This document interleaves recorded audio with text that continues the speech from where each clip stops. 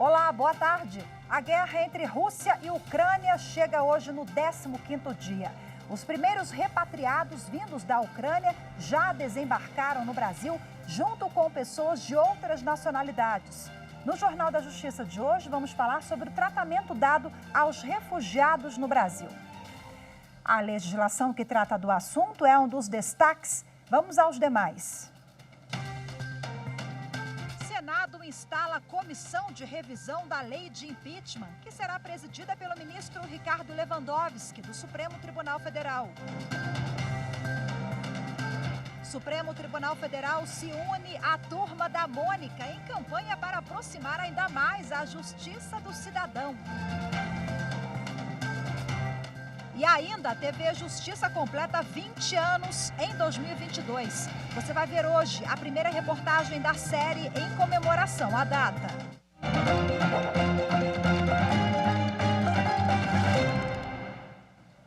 O Senado Federal instalou há pouco uma comissão de juristas que deve elaborar um anteprojeto para a revisão da lei de impeachment. O repórter Renato Rosa acompanhou e tem as informações agora para a gente ao vivo. Olá, Renato, seja bem-vindo. Muito boa tarde para você. Boa tarde, Rafa. Boa tarde a todos. A comissão instalada agora há pouco é composta por 12 integrantes. O presidente da comissão é o ministro do Supremo Tribunal Federal, Ricardo Lewandowski. Também fazem parte do colegiado Fabiane Pereira de Oliveira, assessora de Lewandowski e relatora do grupo. Rogério Schietti Machado Cruz, ministro do STJ. Antônio Anastasia, ministro do TCU. Heleno Taveira Torres, professor da Faculdade de Direito da USP. Marcos Vinícius Furtado Coelho, advogado e ex-presidente da OAB Nacional. Luiz Fernando Bandeira de Melo Filho, conselheiro do CNJ. Fabiano Augusto Martins Silveira, consultor legislativo do Senado. Maurício de Oliveira Campos Júnior, advogado. Carlos Eduardo Frazão do Amaral, também advogado. Gregório Assagra de Almeida, procurador do Ministério Público de Minas Gerais.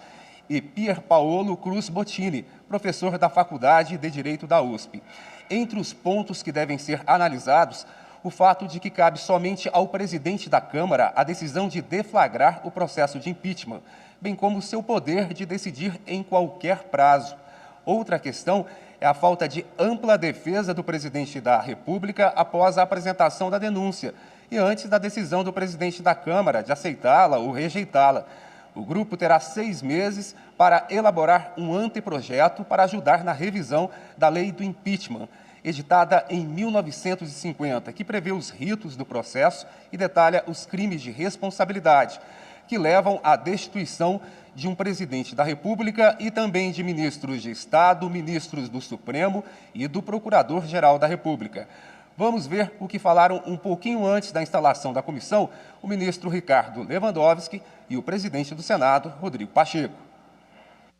Essa comissão de juristas contará com uma composição eclética, de forma muito singular, escolhida. O funcionamento se dará dentro de um acordo de procedimentos, com o funcionamento no âmbito do Senado Federal, de maneira híbrida, ora por sistema remoto, ora presencial, e sob a presidência do ministro Ricardo Lewandowski. Nós temos a certeza, senhor presidente, com a alta qualidade dos integrantes desta comissão, que nós, dentro do prazo estipulado de 180 meses, nós entregaremos um anteprojeto que estará, esperamos, à altura das expectativas de Vossa Excelência, do Senado Federal, da sociedade brasileira, no sentido de que venha contribuir para o fortalecimento das instituições republicanas e do Estado democrático de direito. A Polícia Federal do Maranhão, com o apoio de Brasília, realiza desde cedo buscas e apreensões em endereços ligados aos deputados federais Maranhãozinho e Pastor Gil, ambos do Partido Liberal do Maranhão, e Bosco Costa, do PL de Sergipe. O ministro Ricardo Lewandowski, do Supremo Tribunal Federal, autorizou as buscas em residências e escritórios, mas negou os mandados de busca nos gabinetes dos parlamentares em Brasília. A Polícia Federal investiga um suposto desvio de verbas de emendas parlamentares. O Supremo Tribunal Federal lança na próxima semana mais uma campanha voltada para o público jovem. A Turma da Mônica e o Poder Judiciário tem o objetivo de aproximar a justiça do cidadão e de explicar melhor o funcionamento de cada ramo do Poder Judiciário. O gibi vai apresentar alguns termos e rituais que estão presentes no dia a dia do trabalho da Justiça, mas tudo de uma forma divertida e fácil de entender, principalmente pelas crianças e adolescentes. Problemas enfrentados por eles também serão abordados, como bullying. Cada história vai usar situações vividas pelos personagens para fazer a associação. Os planos infalíveis do Cebolinha podem acabar na justiça. E que tal o Franjinha como juiz? Aqui o magistrado condena o acusado a pagar picolés para a vítima. O conteúdo foi produzido pelos estúdios Maurício de Souza e com o apoio de associações de magistrados como a JUF, a AMB e a Anamatra. A campanha Turma da Mônica e o Poder Judiciário vai ser lançada na próxima quarta-feira, às 11 horas da manhã, de forma presencial, mas numa cerimônia bem restrita por causa da pandemia. 450 mil exemplares da revista em quadrinhos serão distribuídos para as escolas públicas de todo o país. Ela também vai ficar disponível no modelo virtual. Além disso, 4 vídeos e 16 tirinhas serão postadas nas redes sociais.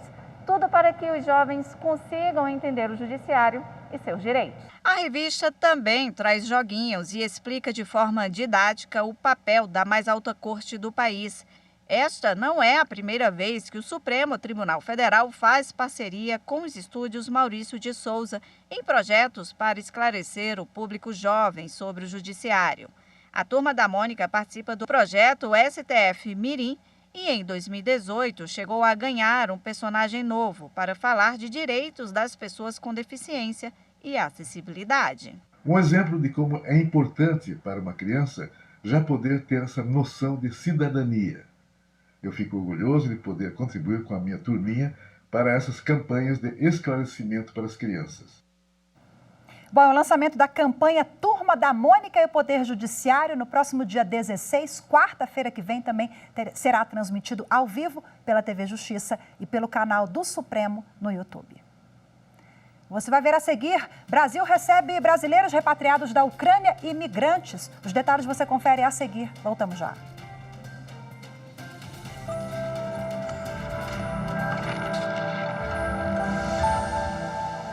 A Constituição Federal de 1988 é marcada pelos direitos fundamentais trabalhistas, extrapolando aqueles direitos que eram meramente patrimoniais, vindo a garantir direitos relacionados à dignidade da pessoa humana, em especial aqueles relacionados a uma condição decente de trabalho a todo e qualquer trabalhador.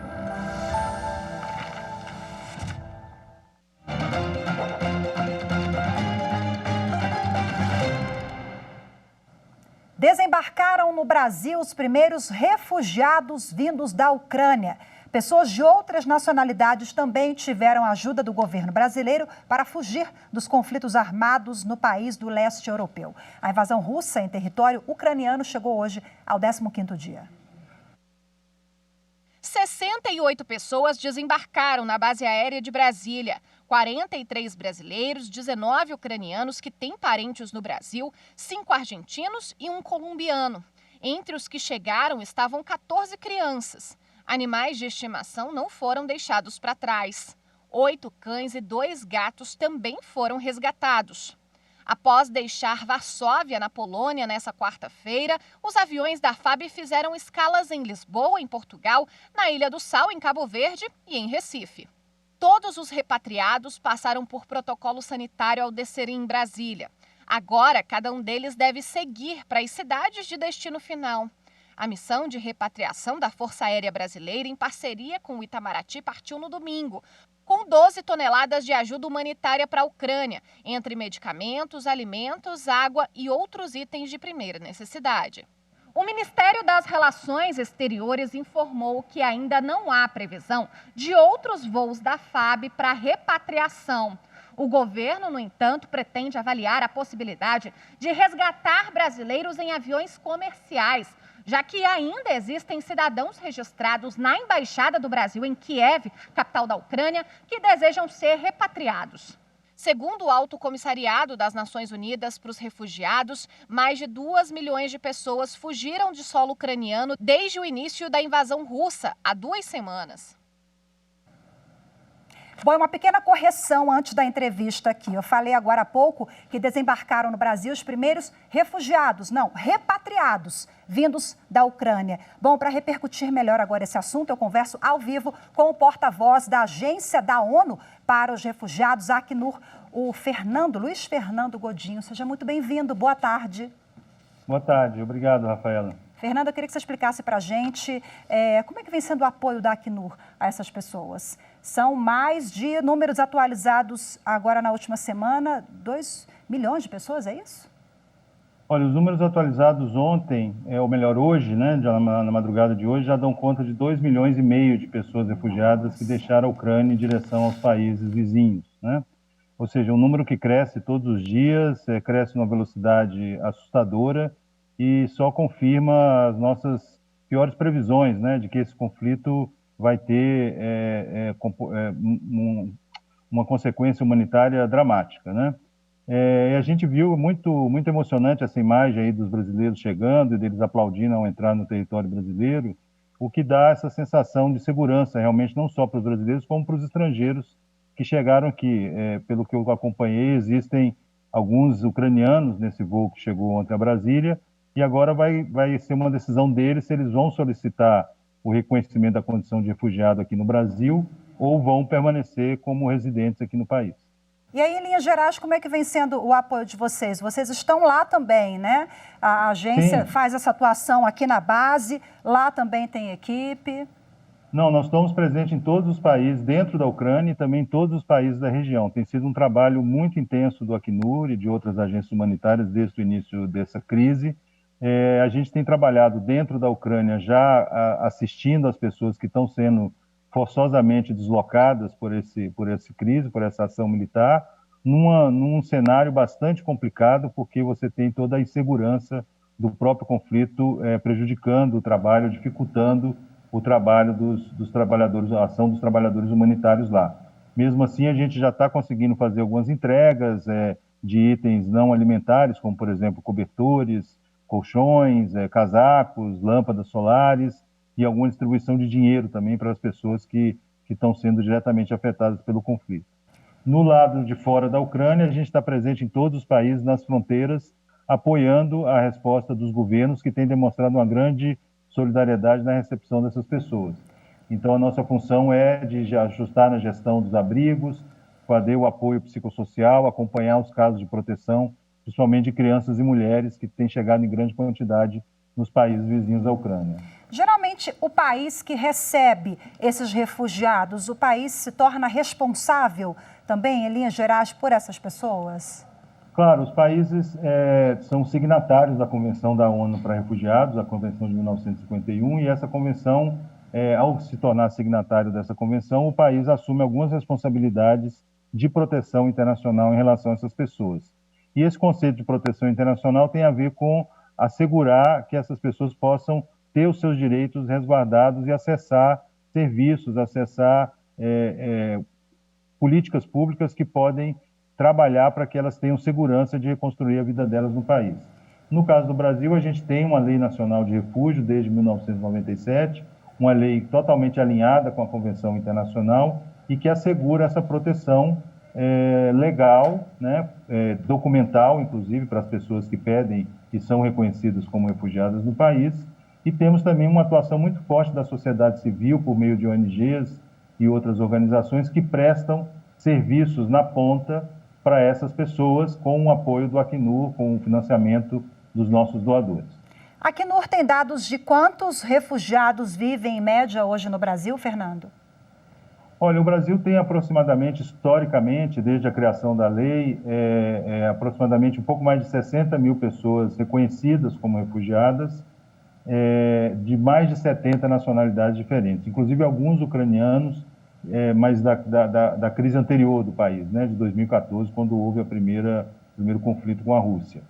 E existe, dentro desse perfil, a grande maioria hoje é de pessoas da Venezuela, né, dado esse fluxo de pessoas da Venezuela que a gente recebe, principalmente pelo norte do país, mas é uma diversidade de nacionalidades muito grande. E existe um grande estoque, um grande número de pedidos que aguardam a análise do Comitê Nacional para Refugiados, e provavelmente esse número vai aumentar no futuro próximo. Bom, a gente sabe que a Constituição Federal, ela sempre fala na participação de todos os envolvidos no processo, né, para a gente poder avançar na determinada questão. Agora, eu tenho certeza que o papel da sociedade civil também é fundamental ao lado da agência, do poder público, cada um fazendo a sua parte. Mas se hoje essas pessoas precisam de apoio lá na base, na Ucrânia, com às vezes ajuda financeira, você mesmo comentou, ou de outros segmentos, o que a gente pode fazer como sociedade civil, para apoiar o trabalho de vocês também, o poder público? Eu agradeço muito essa pergunta, Rafael, é realmente muito importante. Eu acho que antes de falar isso, acho que é importante reforçar essa mensagem que você está passando. Quer dizer, a questão da humanitária, as crises humanitárias, a resposta às crises de refugiadas, não deve se restringir apenas ao poder público. É um dever de toda a sociedade, de nós também como indivíduos, né? Não apenas das organizações da sociedade civil ou do setor privado, ou do Estado, que tem essa função primordial. Mas nós, como indivíduos, também podemos ajudar, até entendendo, né, como essas pessoas, por que elas estão aqui e dando a elas essa chance de recomeçar. No caso das operações na Ucrânia, que são bastante custosas, né, fora e dentro da Ucrânia, nós já temos no nosso site, www.acnur.org.br, uma página de doações financeiras, que é a melhor maneira dos brasileiros, qualquer um de nós, brasileiros e brasileiras, apoiar essa resposta. Uma pequena doação certamente vai nos ajudar a coletar recursos no mundo inteiro para poder financiar essa resposta, que é bastante custosa, né? Tanto dentro quanto fora da Ucrânia, ela está estimada em mais de $1,5 bilhão de dólares. Obviamente que não é só o Acnur, existem outras agências que também participam, mas isso dá uma dimensão do tamanho dessa resposta. São uma expectativa de que sejam 4 milhões de refugiados ao todo, né? Nós já estamos em 2,5 milhões, e dentro da Ucrânia a expectativa é que sejam 12 milhões de pessoas em necessidade de apoio humanitário no desenrolar da crise, isso pelos próximos 3 a 6 meses. Esses números certamente serão revistos caso o conflito permaneça. Quer dizer, essa mobilização de todos nós, ela é fundamental. Conversei ao vivo com o Luiz Fernando Godinho, que é o porta-voz da Acnur. Muito obrigada, Godinho, mais uma vez. Boa tarde para você. Obrigado, boa tarde. Um grande prazer falar com você. Prazer é nosso. Tchau, tchau. E você vai ver a seguir no próximo bloco 20 anos da TV Justiça. Você vai ver hoje a primeira reportagem da série em comemoração à data. Voltamos daqui a pouquinho.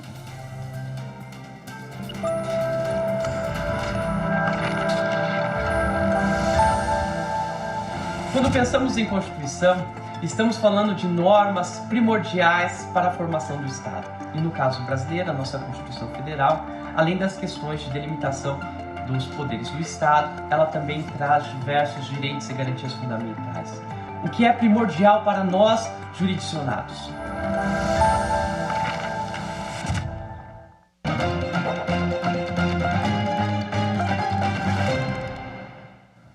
O Supremo Tribunal Federal, em parceria com a Universidade de Münster, na Alemanha, está promovendo hoje o seminário online Cortes Constitucionais e Proteção Contra a Majoritária. O encontro foi transmitido pelo canal do STF no YouTube. O ministro Luiz Roberto Barroso fez a palestra principal da edição. O ministro Barroso explicou que o princípio contramajoritário permite que as cortes constitucionais ou as Supremas Cortes do mundo atuem para impedir que atos dos poderes legislativos e executivo sirvam para legitimar a opressão das minorias pela maioria. A medida é usada para garantir o livre exercício da democracia, porque coloca a Constituição como protagonista dos direitos dos cidadãos. Um dos casos de sucesso no Supremo Tribunal Federal citado pelo ministro foi a proibição do nepotismo, o favorecimento de parentes em cargos públicos.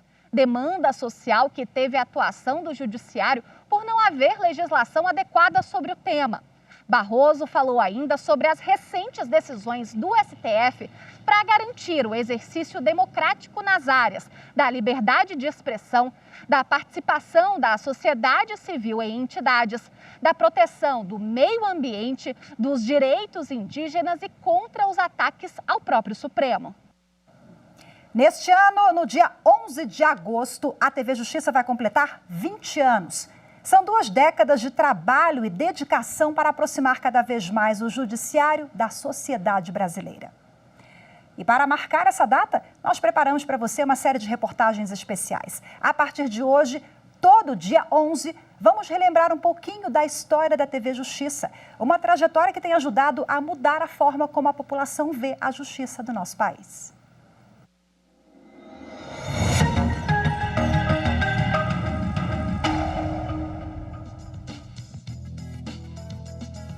A ideia de criar uma emissora de TV institucional e informativa sobre o Poder Judiciário saiu do gabinete do ministro Marco Aurélio. Ele queria que se tivesse a segurança de que era um projeto viável, de que haveria orçamento para isso, de que haveria capacitação técnica para isso, de que haveria a possibilidade legislativa disso, né?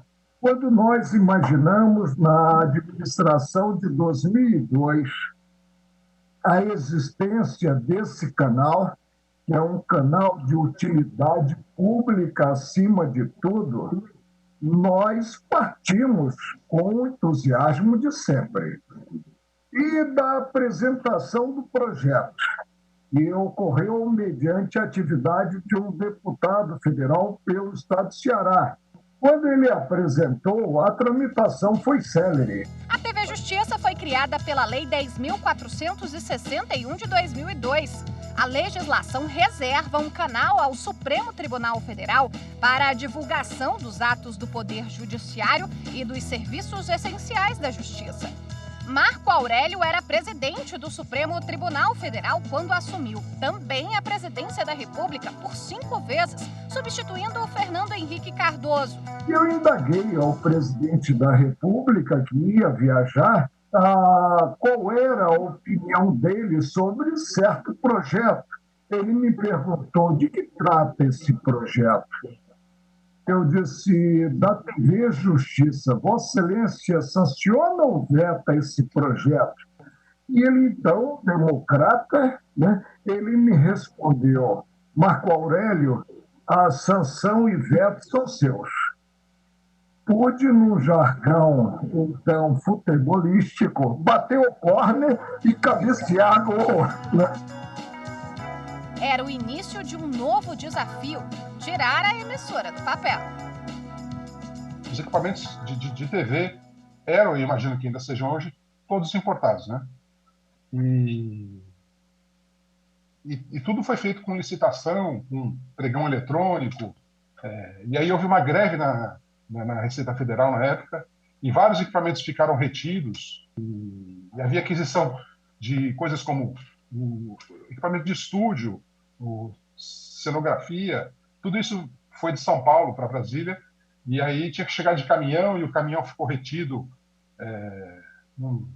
na fronteira de um estado aí, que faltava uma documentação. Olha, dificuldades foram várias, mas dia 11 de agosto de 2002, tudo foi superado e a TV Justiça entrou no ar. Com a criação da TV Justiça, o STF se tornou a primeira corte constitucional do mundo a transmitir ao vivo uma sessão plenária de julgamento. Pioneirismo na transparência das decisões do Poder Judiciário.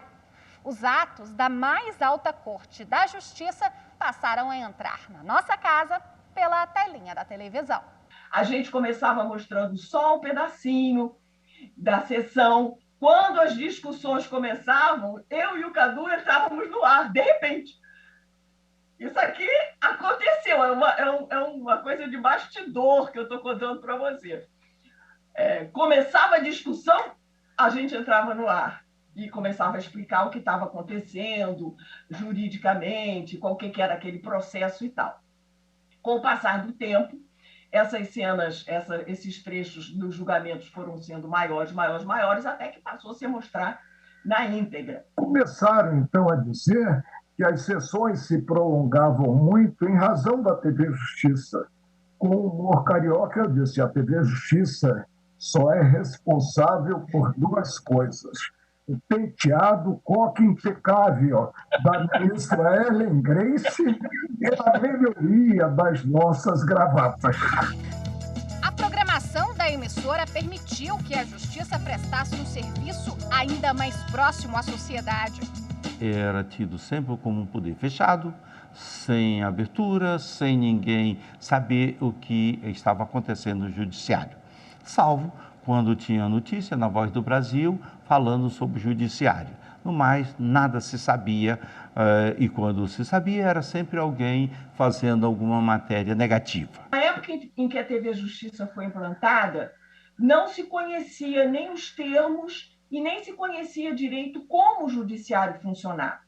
Ninguém explicava, nem na mídia, o que era, por exemplo, a diferença entre uma decisão definitiva e uma decisão provisória, uma liminar, a diferença entre parecer e sentença. Essas coisas começaram a ser explicadas na TV Justiça. Eu costumo dizer que algo que tem que dar certo, dará certo. Foi muito gratificante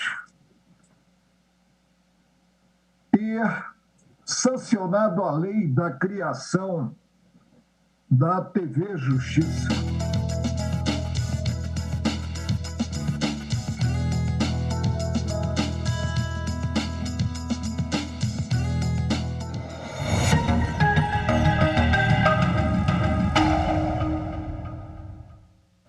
Olha, eu tenho orgulho de ter vivido boa parte dessa história, viu? Já são 18 anos de TV Justiça.